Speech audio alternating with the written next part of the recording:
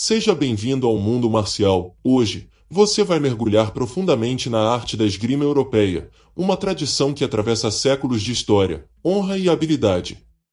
Aqui, exploramos desde as espadas longas medievais, usadas em batalhas épicas, até as técnicas refinadas de duelo com o florete e o sabre. Prepare-se para afiar sua técnica, sua mente e conhecer uma das artes marciais mais sofisticadas do mundo. Vamos juntos explorar a precisão, a elegância e o poder da esgrima europeia. Inscreva-se no canal e faça parte dessa jornada. A história da esgrima europeia remonta às civilizações antigas, mas sua evolução como arte marcial codificada e esportiva começou a tomar forma na Idade Média. Para compreender a origem da esgrima europeia com detalhes, precisamos explorar a evolução das armas e técnicas de combate corpo a corpo ao longo dos séculos, que culminaram na criação dos sistemas de esgrima. Origem na Antiguidade. A esgrima europeia tem raízes profundas na Grécia e Roma antiga. Os soldados gregos, como os hoplitas, usavam espadas curtas, os chifros, como arma secundária após a lança. No entanto, foi o exército romano que deu início a uma abordagem mais metódica de combate com espadas. Os romanos usavam o gládio, uma espada curta que foi eficaz tanto no combate corpo a corpo quanto em formações militares. Embora as táticas militares romanas fossem baseadas em combate de unidade, a habilidade individual com a espada era valorizada e praticada nas legiões. Após a queda do Império Romano, as técnicas de combate com espada entraram em um período de transição. O período medieval trouxe uma nova forma de combate, em que as espadas longas e armaduras pesadas se tornaram predominantes no campo de batalha europeu.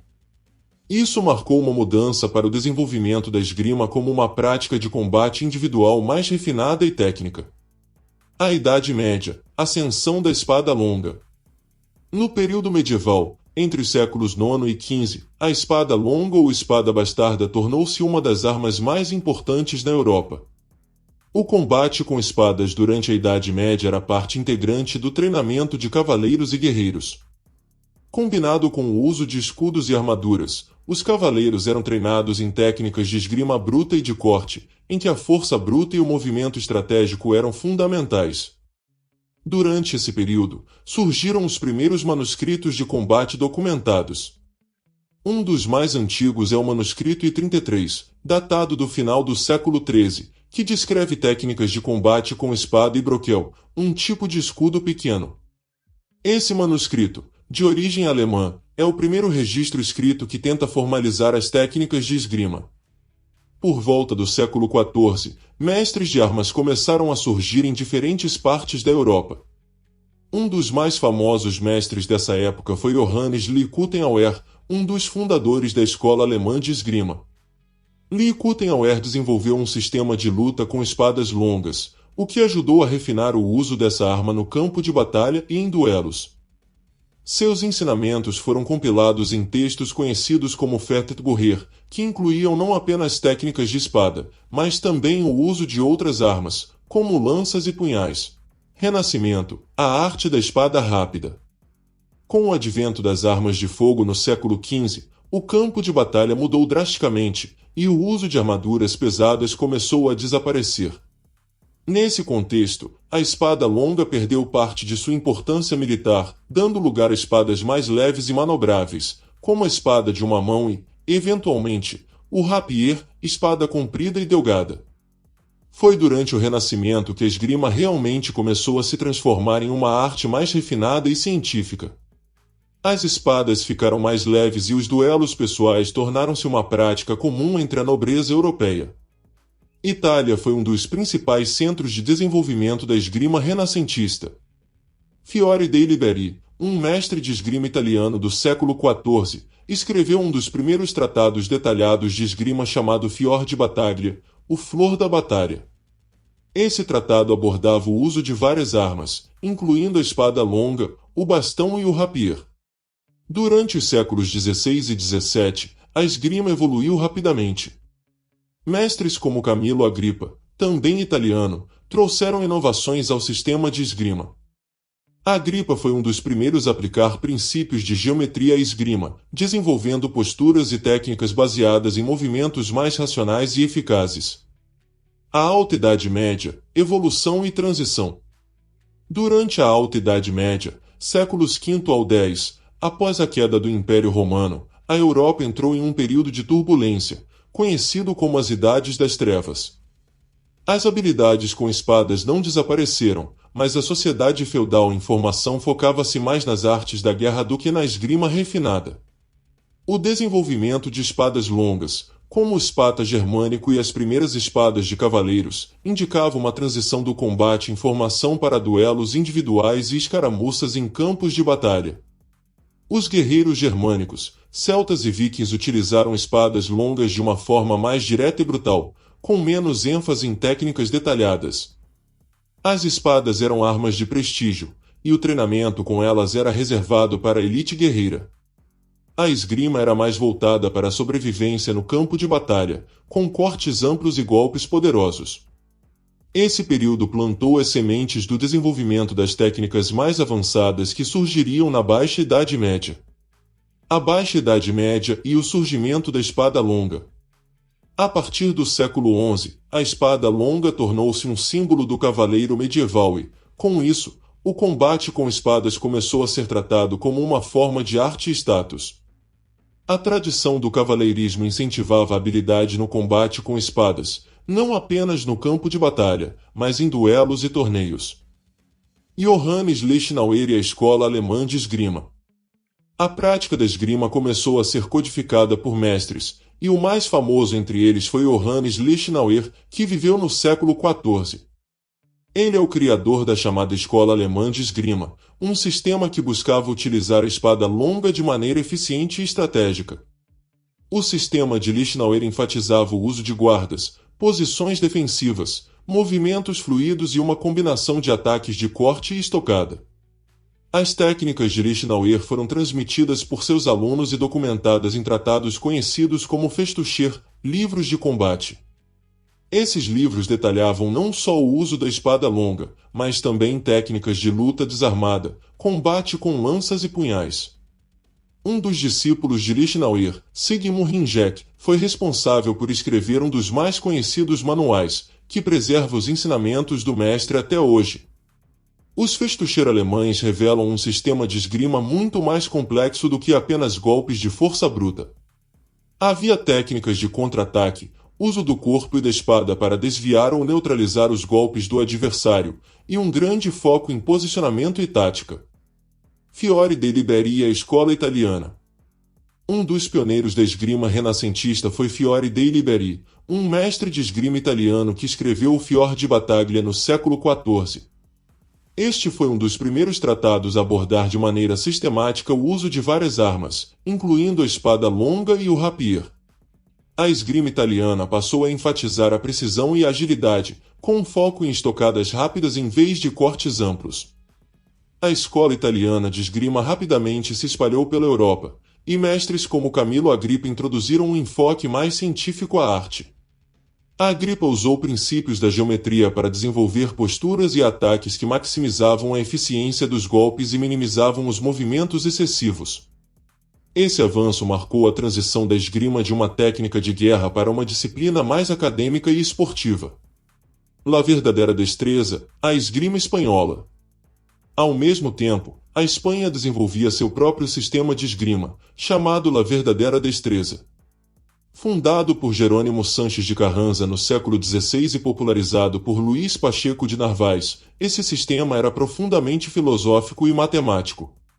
A verdadeira destreza utilizava uma abordagem geométrica para posicionamento e ataque, tornando-se uma das escolas de esgrima mais sofisticadas da Europa.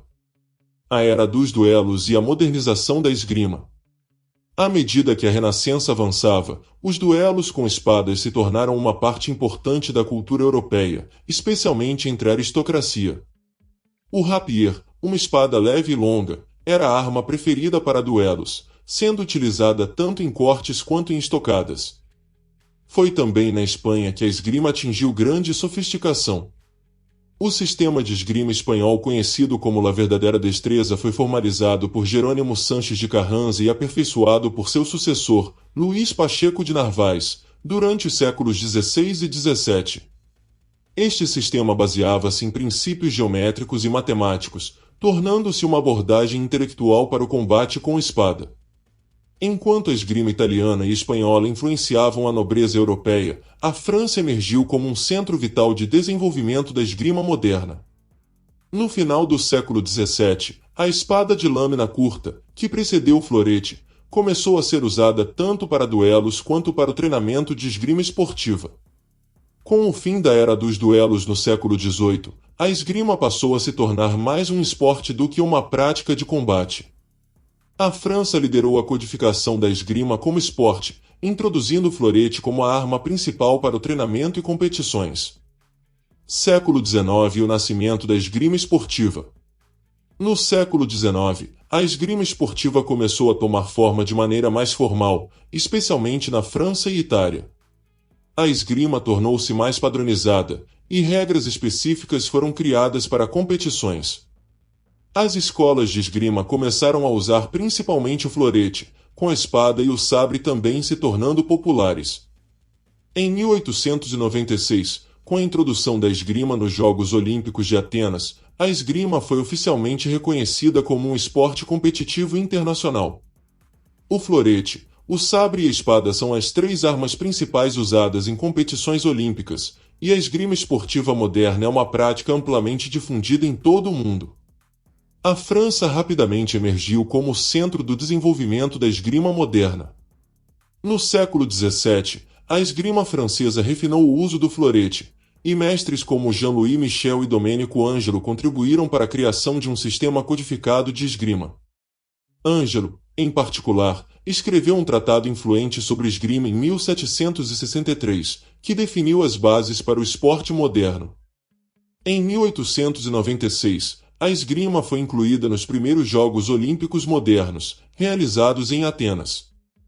Desde então, a esgrima evoluiu continuamente, com avanços tecnológicos, como o uso de eletricidade para marcar pontos em competições. O esporte continua a ser uma mistura de tradição e inovação, mantendo vivas as técnicas desenvolvidas ao longo de séculos de história europeia. As técnicas da esgrima europeia evoluíram ao longo dos séculos, refletindo as mudanças nas armas, nas armaduras e nas táticas de combate. Cada tipo de espada e cada período histórico trouxe uma abordagem distinta, variando desde o uso da espada longa medieval até as técnicas refinadas com o rapier e o florete na Renascença e no período moderno. Aqui estão as principais características das técnicas de esgrima em cada era, divididas por tipo de espada. Espada longa, Idade Média e Renascença. A espada longa, popular entre os séculos XIV e XVI, foi usada tanto em combate individual quanto em batalhas, com e sem armadura. Ela é famosa por sua versatilidade, permitindo tanto cortes quanto estocadas. A espada longa possui várias guardas ou posturas de combate, cada uma adaptada a diferentes tipos de ataques e defesas. Algumas das guardas principais incluem: de cima, a espada é mantida sobre o ombro ou cabeça, pronta para golpes potentes de cima para baixo. Guarda da boba, a espada é segurada baixa, perto do chão, para atrair o oponente a atacar, seguido por uma resposta rápida. Boi, a espada é mantida acima da cabeça, com a ponta voltada para o oponente, ideal para estocadas. Arado, mantém a espada baixa, próxima à cintura, com a ponta apontando para o oponente, boa para transições rápidas entre defesa e ataque. Cortes e estocadas. A espada longa permite cortes amplos e potentes, geralmente realizados com movimentos circulares ou diagonais. Esses golpes aproveitam o peso da espada e são eficazes tanto contra armaduras quanto em combate sem proteção. As estocadas eram igualmente importantes, especialmente contra oponentes com armaduras mais leves. Estocar em pontos vulneráveis da armadura, como articulações ou falhas na proteção, era uma técnica crucial. Meia-espada. Em combates com armaduras, os lutadores frequentemente seguravam a espada pelo meio da lâmina com a mão não dominante para ganhar mais controle e precisão. Essa técnica permitia direcionar a ponta da espada para as articulações ou outras partes expostas da armadura do oponente. Entrar na distância corpo a corpo. O uso da espada longa também incluía técnicas de combate em distâncias mais curtas, como golpes com o pomo, cabo da espada, e empurrões com o escudo ou o corpo, permitindo desequilibrar o oponente. Desarmes e contra-ataques. Havia técnicas específicas para desarmar o oponente, usando alavancas com a espada, e contra-atacar rapidamente após uma defesa bem-sucedida. A combinação de defesa ativa e contra-ataque era uma característica central da esgrima com espada longa. Rapier. Durante o século XVI, com o declínio das armaduras pesadas, o rapier tornou-se popular entre a nobreza europeia. O rapier é uma espada mais longa e mais fina, desenvolvida para duelos e autodefesa em contextos civis. O rapier é famoso por suas estocadas rápidas e precisas, em vez de cortes amplos. O objetivo era perfurar áreas vitais do corpo do oponente com a menor quantidade de movimento possível. As guardas do rapier eram mais orientadas para a defesa ativa e a preparação para estocadas rápidas. Posição padrão com a espada apontada para o oponente, ideal para estocadas. Posição defensiva com a lâmina protegendo o lado esquerdo do corpo. O combate com rapier enfatizava o movimento em linha reta, com o duelista avançando e recuando diretamente em direção ao oponente. A posição estreita do corpo e a espada à frente minimizavam a área de exposição, tornando o lutador um alvo mais difícil. Paradas e ripostas. As técnicas de defesa envolvem parar, bloquear ou desviar o golpe do oponente imediatamente após, contra-atacar com uma riposta. O timing e a precisão eram cruciais para neutralizar ataques e responder de forma eficaz. Uso da mão secundária. Lutadores frequentemente usavam a mão não dominante para segurar uma adaga de pare, a adaga secundária usada para bloquear golpes, ou um manto enrolado no braço, proporcionando uma defesa extra contra ataques. Ataques diretos e fintas. As fintas eram uma técnica comum com o rapier, envolvendo o fingimento de um ataque para enganar o oponente a se defender no lado errado, seguido de uma estocada verdadeira no lado oposto. A habilidade de disfarçar as intenções do ataque era um dos elementos centrais da esgrima com rapier. Florete, século XVIII e XIX. O florete foi desenvolvido como uma arma de treino e duelo durante o século XVIII. Ele é mais leve que o rapier e tem uma lâmina flexível e fina, usada exclusivamente para estocadas. No florete, apenas estocadas são permitidas, e o alvo é restrito ao tronco do oponente, excluindo braços, pernas e cabeça. Isso faz com que o florete seja uma arma de grande precisão e estratégia. Guardas erguidas e linha central. As técnicas de florete focam em manter a lâmina na linha central do corpo, criando uma barreira direta entre o florete e o oponente.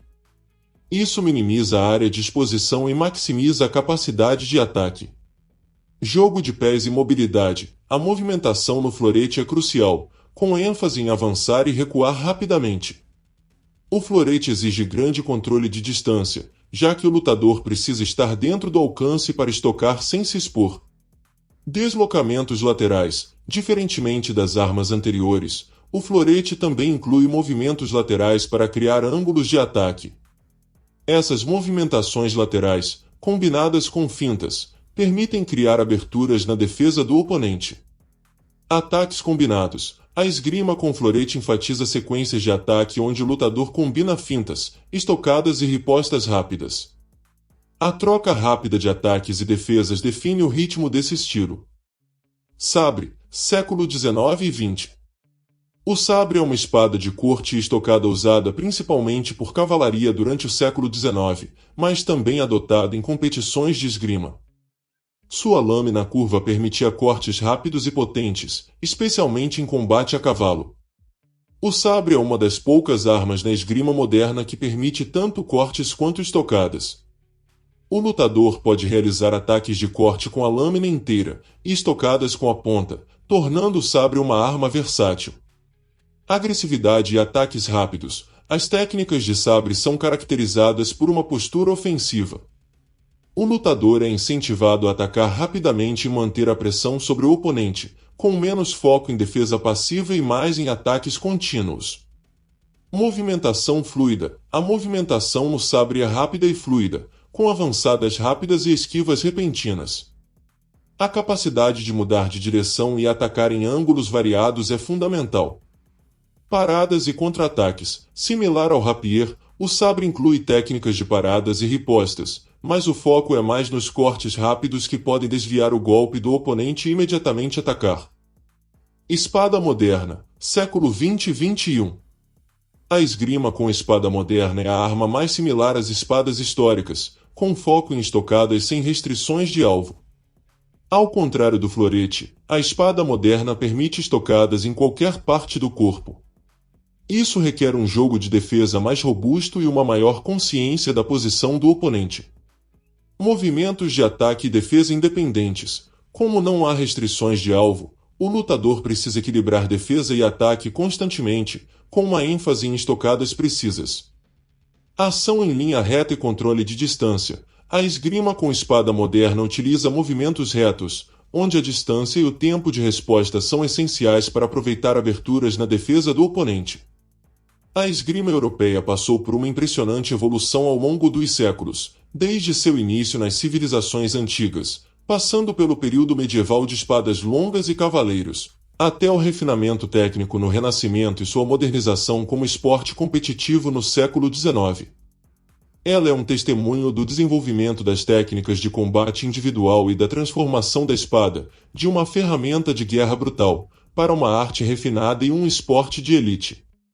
E assim encerramos mais uma jornada pelo mundo da esgrima europeia. Se você gostou desse mergulho nas técnicas, história e mistérios dessa arte marcial fascinante, não se esqueça de deixar o seu like e se inscrever no canal para continuar aprendendo e aprimorando suas habilidades. Compartilhe esse vídeo com outros apaixonados por artes marciais ou amigos que querem conhecer mais sobre artes marciais. Até a próxima!